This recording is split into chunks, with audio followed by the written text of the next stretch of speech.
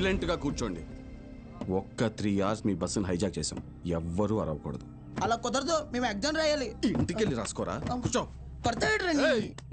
Gopal Krishna, no bad words. అందరూ బుద్ధిగా కూర్చొని ఎగ్జామ్ కి చదువుకోండి. మహాలక్ష్మి, బుక్ తీసుకో.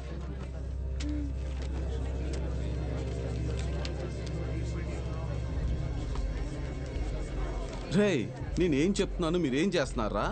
భయం లేదా? లేదురా. ఏరా?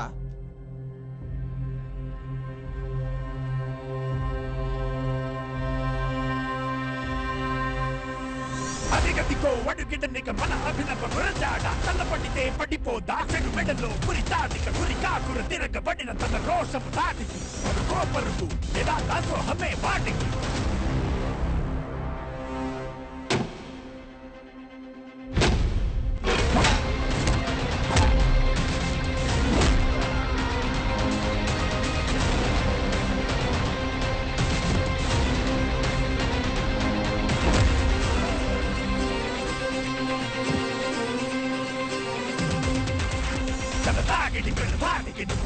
సరాసరి నీ జీవితం చీకటి విడాడితే కసాగడి శివదాండవ విధియాగదు టమరుకం నీ నాటకమిక సాగదు చటుకుల కలకలం శివదాండవ విధియాగదు టమరుకం టమరుకం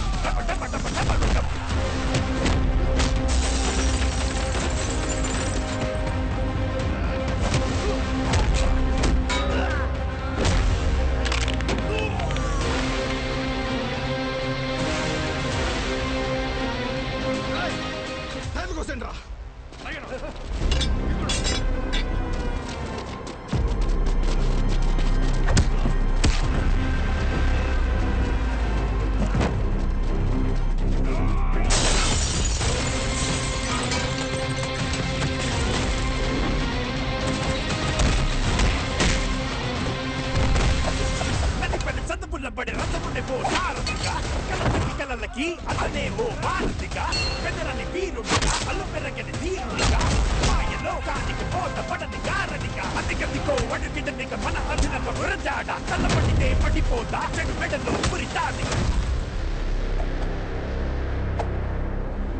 స్టూడెంట్స్ అందరూ జాగ్రత్తగా మీ సీట్లలో కూర్చోండి. డ్రైవర్, నువ్వు బస్ పోని. Okay madam.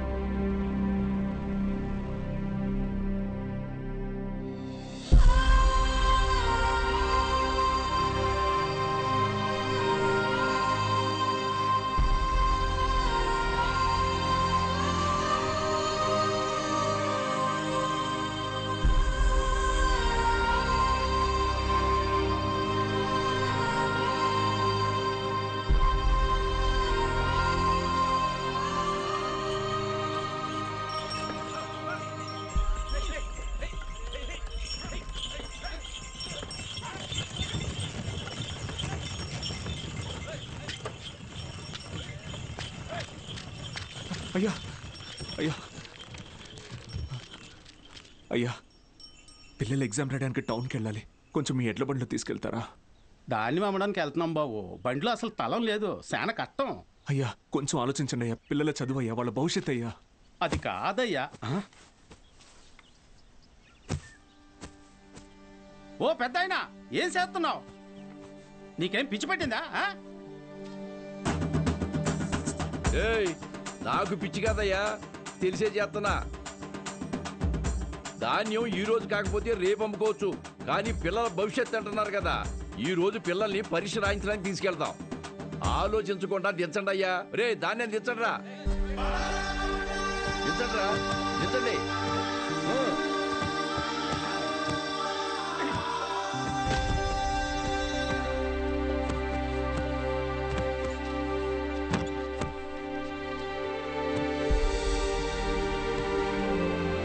పర్లేదు, ఎక్కండి అయ్యా, ఎక్కండి.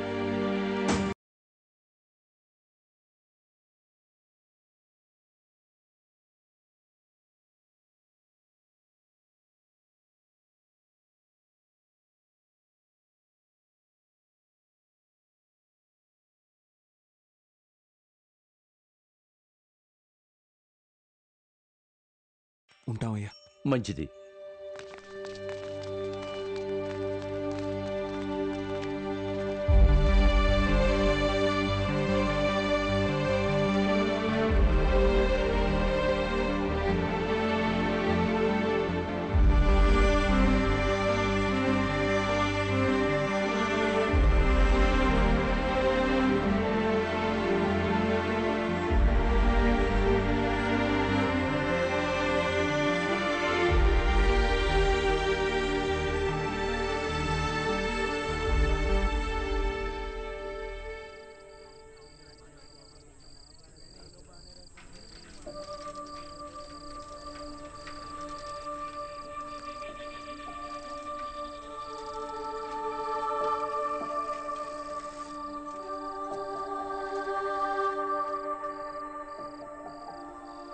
ఈరోజు ఎంసెట్ ఎగ్జామ్ రిజల్ట్స్ అన్నా, భయంగా ఉంది, కొంచెం చూసి చెప్పవా? అందరికీ ర్యాంక్స్ వచ్చాయా సార్? మీకే ర్యాంక్ వచ్చింది sir?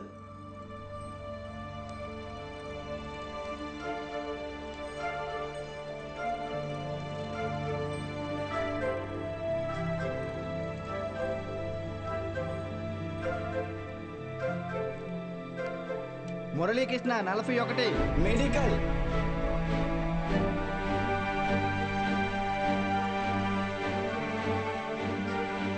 Suresh 59 medical.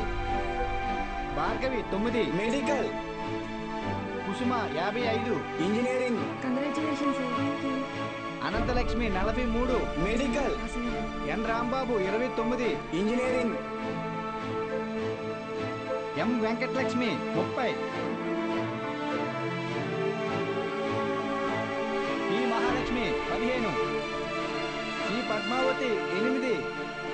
G Pramila 33. D Veeranna 9.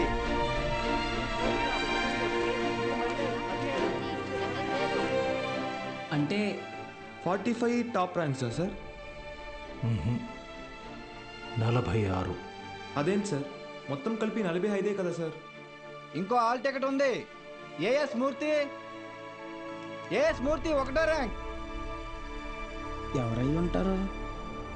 As మూర్తి ఎవరు? ఏఎస్ మూర్తి.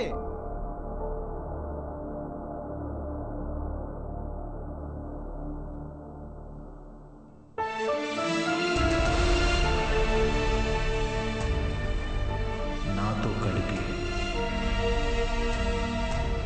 46.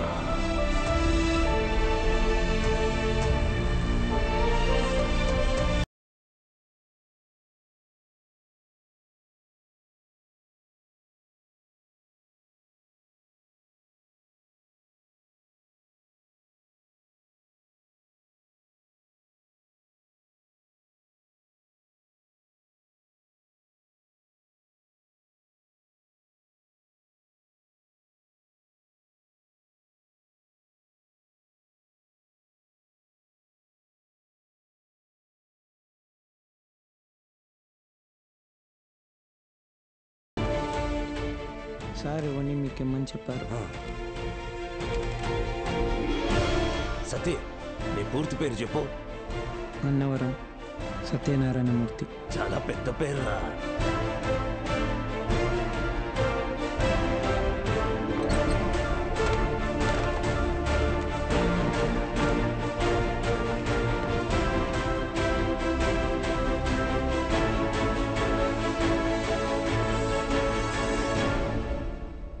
సాధించావు బాలు.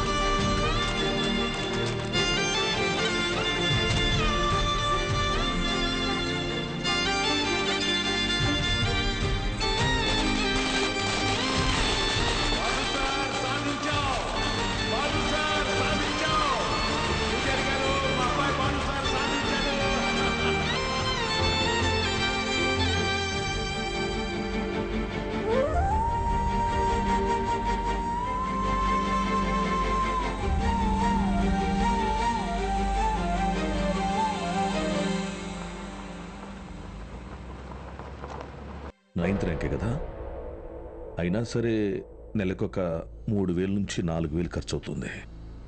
మీ నెల జీతం 900 అనుకుంటా కదా? అవునయ్యా. భయపడద్దు, అప్పు చేయక్కర్లేదు. మీ అబ్బాయి చదువు పూర్తయ్యేంత వరకు ఫీజు బాధ్యత నాది. పై చదువులకు అమెరికా పంపిస్తాను.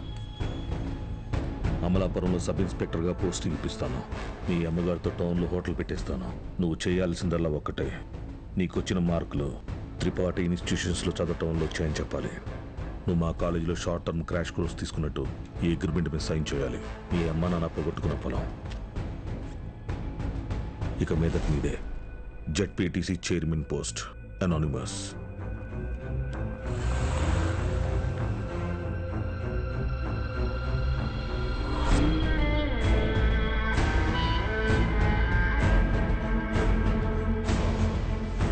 బాలూన్ తీసుకొచ్చాను sir.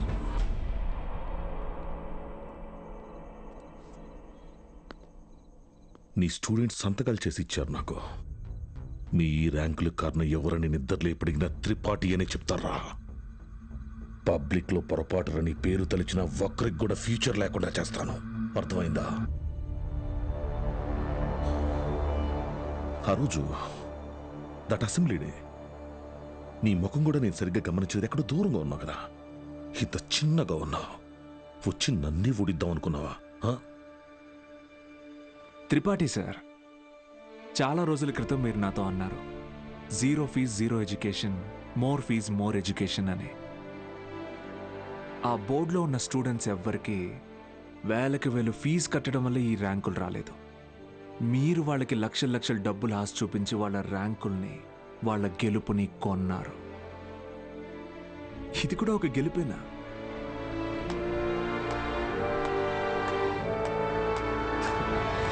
Okay sir, thank you sir. Take care sir.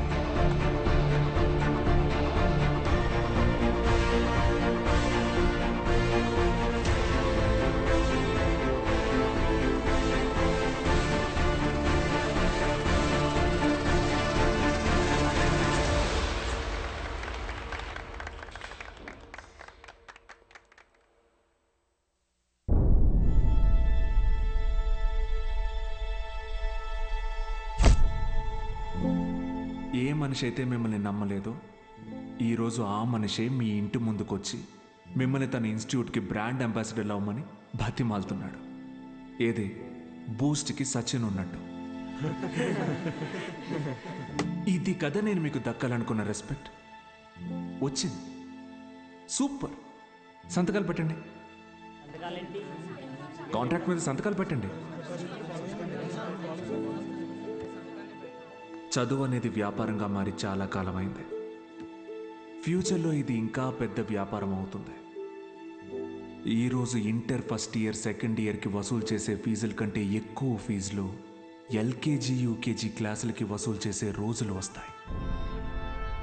మన కంటికి కనపడేది త్రిపాఠి ఒక్కడే. కానీ తనలాంటి వాళ్ళు ఈ దేశంలో చాలామంది ఉన్నారు. మీ చదువుకి ఖర్చయ్యే ప్రతి రూపాయి త్రిపాఠి జేబులో నుంచే రానివ్వండి. మీ ఇంట్లో వాళ్ళకి ఇస్తానన్నవన్నీ ఇవ్వనివ్వండి. పై చదువులు చదివిస్తాడా? చదవండి. తన అహంకారాన్ని వాడుకొని మీరు ఎదగండి. మంచి పొజిషన్కి వెళ్ళండి. బాగా సెటిల్ అవ్వండి. అప్పుడు చదువుని కొనలేని వాళ్ళకి చదువుని పంచండి. మీలాగా వాళ్ళని గెలిపించండి. 46 మంది ఉన్నారు. మీరు తలుచుకుంటే ఎంతో మంది జీవితాల్ని మార్చగలరు. వచ్చి ఆ కాంట్రాక్ట్స్ మీద సంతకాలు పెట్టండి.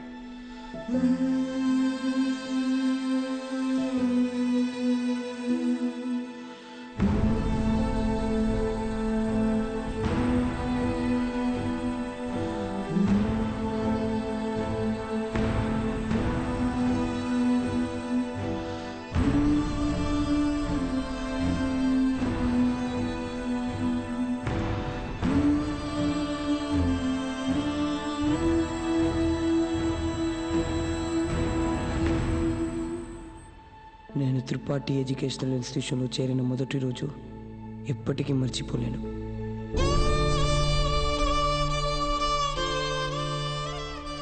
లెక్చరర్స్ అంతా నాకు ఎంతో అంటగా నిలబడి నన్ను ప్రోత్సహించారు.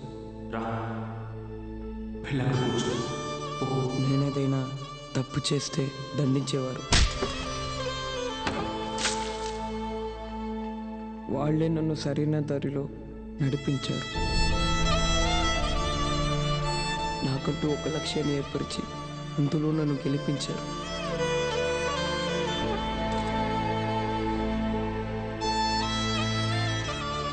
నాకు అమ్మ నాన్న లేరు. త్రిపాఠి ఎడ్యుకేషనల్ ఇన్స్టిట్యూషనే నా ఫ్యామిలీ. అక్కడికి అందరూ అమ్మ నాన్నలతో వస్తారు. నాకెవరూ లేరుగా. ఆయన వస్తారేమో అడుగుతారా?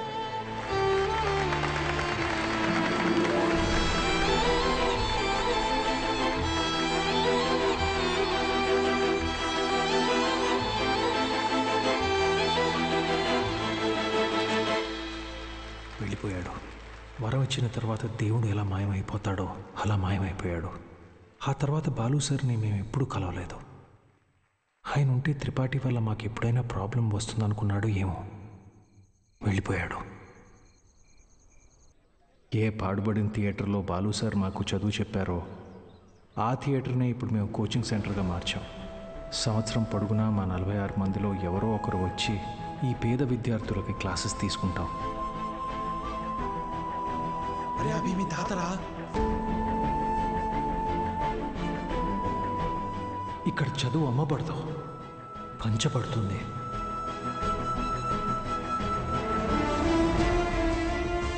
ఇదే మా బాలు సార్కి మేము ఇచ్చే గురుదక్షిణ.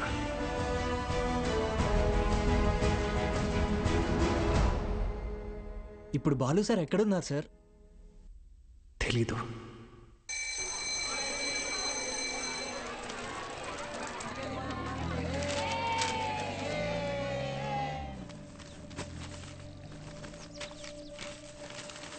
அண்ணா ஒரு பண்ணு கொடுங்கண்ணா.